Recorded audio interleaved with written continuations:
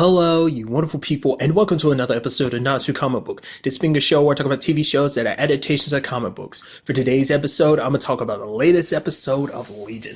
A lot of interesting things went down in this episode. One interesting thing was the fact that we got a look at Melanie, which I thought was kind of interesting because it's like, yeah, we haven't gotten too much with Melanie. We got a little sprinkle here and there, but obviously she hasn't been like a big recurring force in the season. She's popped up here and there, but she's kind of been in the background because that's something we still haven't 100% gotten. Like, what exactly went down in that year between season 1 and season 2 that led her to this situation? Because, I mean, last time we saw her, she wasn't necessarily in this condition, but I guess all that time, all that loneliness just kind of finally wore her down and she just kind of gave up.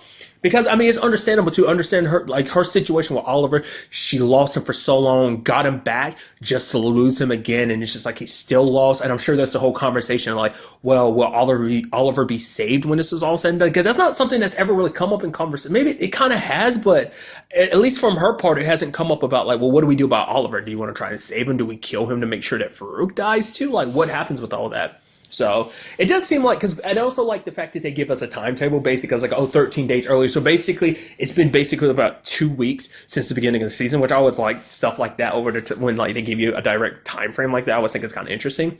So it seems like she's potentially been under his control like a good chunk of that time.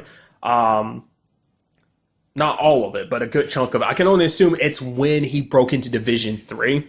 But I guess it was easy to kind of get to her because it's like, oh, wearing the face that you have as Oliver, it's easier. It's one of those things where it's like, because even Lenny kind of talks about this episode, kind of like the whole like, oh, when Farouk uses you kind of as a puppet, but is it him completely puppeting you, or are you just playing the part he kind of pushes you for? Like, how does that 100% work? It seems like it is more like a puppet thing, but it seems like you are a little bit there. So, because he does have some plan in place. Like, he kind of made that clear to Farouk. So I was like, does Melanie play a part in that in some way? Like, obviously, this is all Farouk's game to kind of get knowledge about what's going down.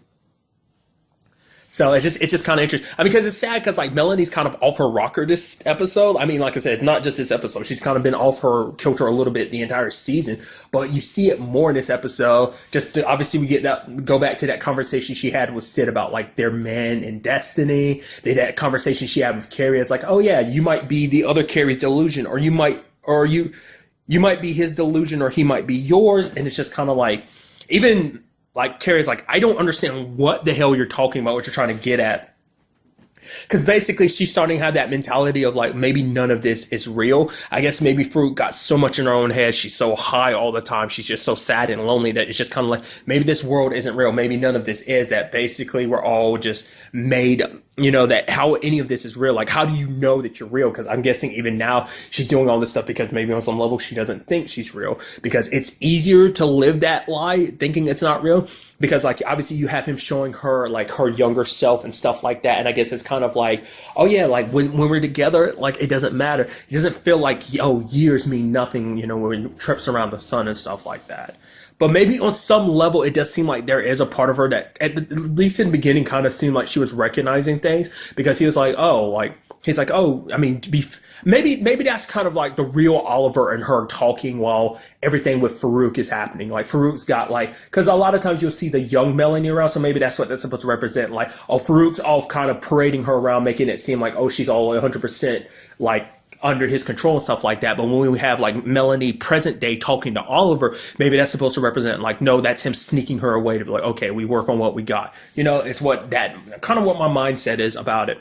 Because it's interesting because that whole conversation of like, yeah, things have changed between us, haven't? Because he was kind of like, yeah, you could have burned my body. And she's like, why would I do that? It's like, basically he would have been set free. He could travel all these different planes and dimensions on the astral plane. But she's like, well, what about me? He's like, oh, you could have tagged along. She's like, tagged along. It's not like, of course, because what she was looking for is like, oh, I would have brought you along. Obviously, I love you. We would have traveled the world together. But it's like tagged along, like, yeah, you can come if I guess. It's kind of what that sounds like. Even he tries to make it better. He's like, oh, follow. He's like, you used to follow me everywhere. And she's like, well, look where it got me. Trying to follow him everywhere. She wasted so much of her life waiting for him to come back. She was kind of frozen for so long because of it. And now she's kind of back to being frozen again, and probably even worse off than before.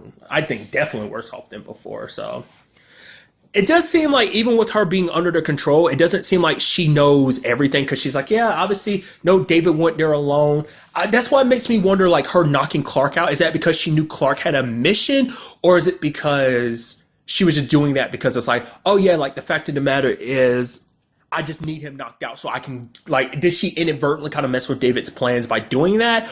Or was Clark always meant to be a distraction where it's like, oh yeah, here's Clark's doing something, and then, like, you know, Melanie knocks him out? Or maybe it's kind of like, make Farouk think she's going there for him, but in actuality, she's going there for Oliver as part of his plan. Whatever role Clark was going to play, it's going to be up to Melanie. Potentially, I don't know, because it's like, oh, why does everything have to end in violence and stuff like that? So I don't know what. Once again, like, I feel like that's what's happening, where Oliver's kind of doing his own thing while Farouk is doing all this. But maybe I'm completely wrong. Maybe it is completely being Oliver being manipulated by Farouk doing all of this. Like, I feel like some of that's true, but I feel like Oliver's got his own thing going, especially at the end when, like, he's touching her face. It looks like she might be nearby. Like, this is how I get feeling like he's setting his own plans in motion about what's going now. How he's keeping all that hidden from Farouk, I'm not exactly 100% sure. So, and like I said, it just seems more and more like as the episode progresses, you see, like, Melanie kind of unraveling more and more and more. So,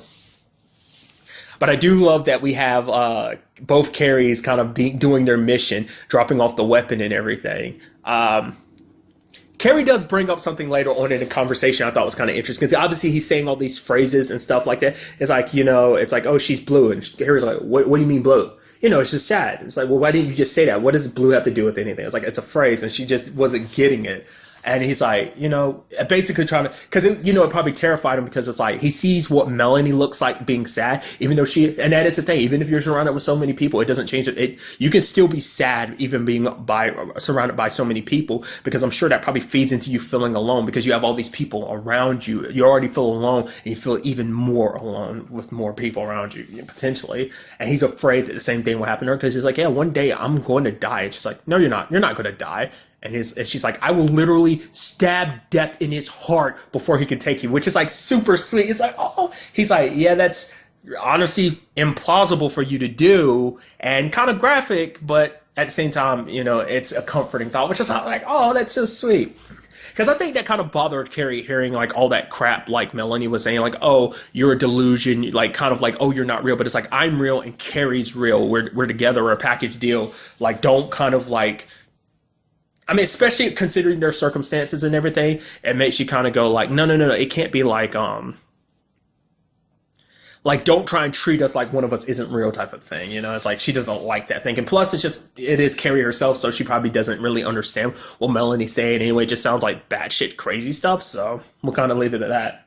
But the other thing that surprised me was like this being about Lenny. I don't get the whole cornflake situation where that name came from, but basically she's partying up and everything, and it's like, oh, so who are you? She's supposed to be the new Barbara? It's like, no, I'm the new Janine. Well, what happened to Barbara? Well, the old Janine replaced that Barbara because she turned into a ladybug and flew away. It's just kind of like, this kind of was like her cesspool of debauchery, I guess, would be kind of the appropriate word. And I love that she's starting to see Amy everywhere to the point it is kind of like, even I love Amy being like, oh, is this what you did to David all the time? She's like, no, not really. Like, you know, she's like, I'm sorry. I mean, does it make it feel any better if I told you I wasn't at fault? And Amy's like, no.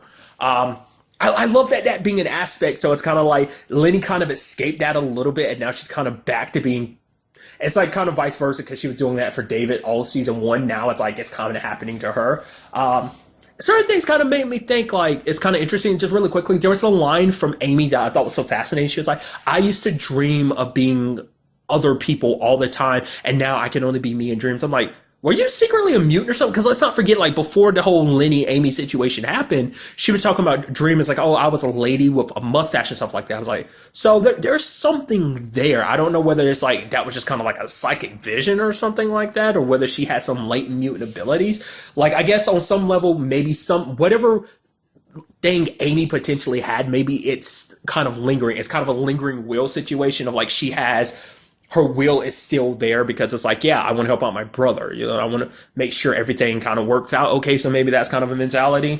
Or maybe it's more of a situation of like, is it strong will combined with an ability, or is it just a strong, you know, I don't know.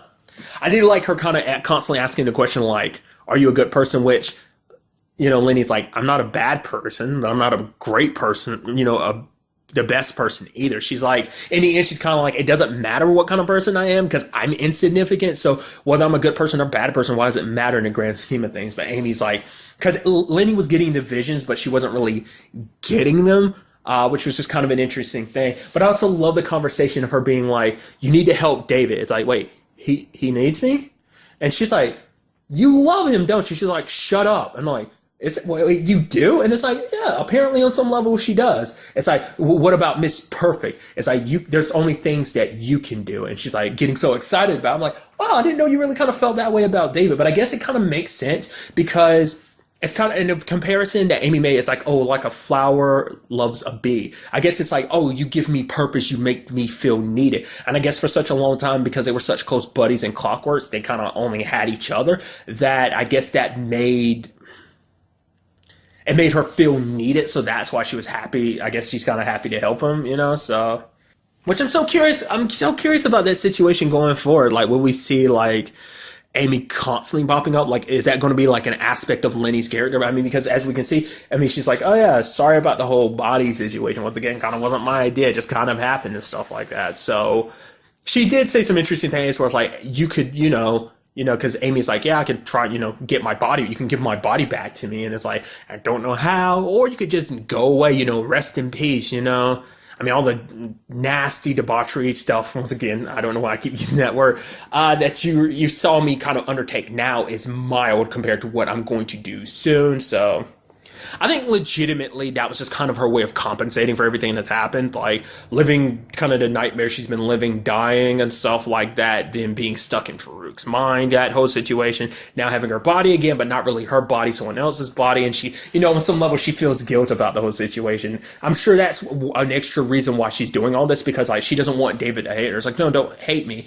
We're buddies, right? Don't hate me. I'm sorry about what happened to your sister, but I can't do anything about, maybe that's an extra reason, is to kind of being David's good graces type of thing. So I don't know. So I'm interested to see kind of where that goes going forward or not. Because anytime David would try and go like, anytime it was stuff in past episodes when he was kind of looking for Amy in his mind and stuff like that, it wouldn't be Amy. So maybe that's just kind of his own mind playing tricks on him, Farouk kind of messing with his mind by showing him like the person that he wants to save but couldn't.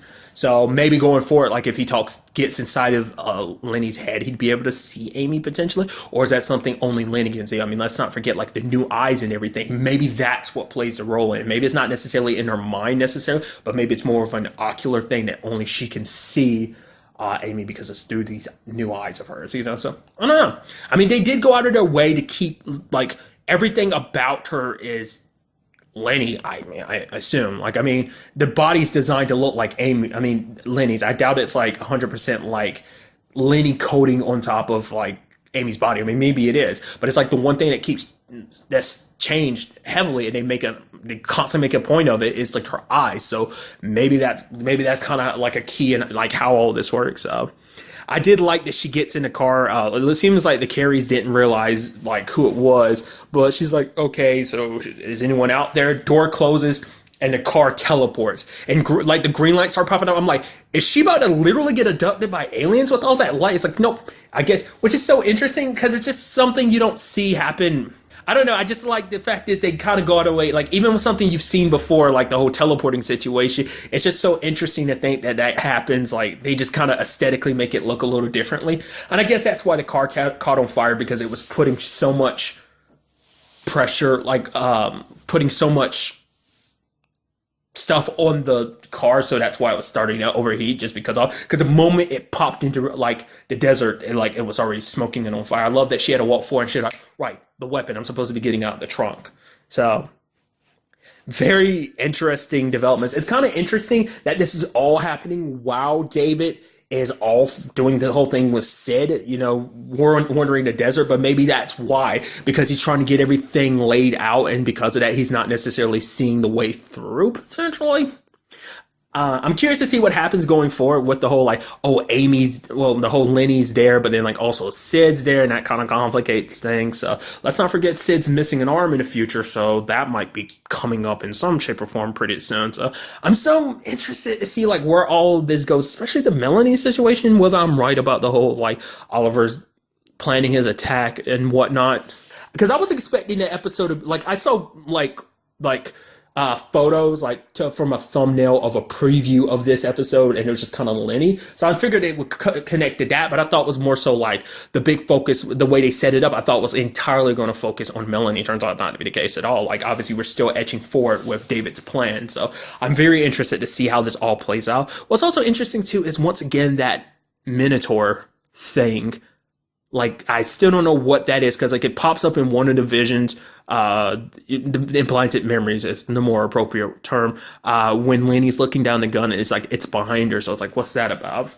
That's also, like, is the weapon what's going to be needed to stop Farouk, or is it meant to be traded? Because it's like, she has a gun in the implanted memory, but it's like, you don't have one on you, so how does that happen? Like, she does come across some people, I guess there are other monks or something like that nearby, so like I said, maybe it's supposed to be some kind of exchange situation or setting something up. I don't know. I'm very interested to see what the next episode has in store for us with all of this. But really, that's all I want to talk about in this episode. Till the next time we meet, be happy, be safe, live life to the fullest, and enjoy it. Good day and good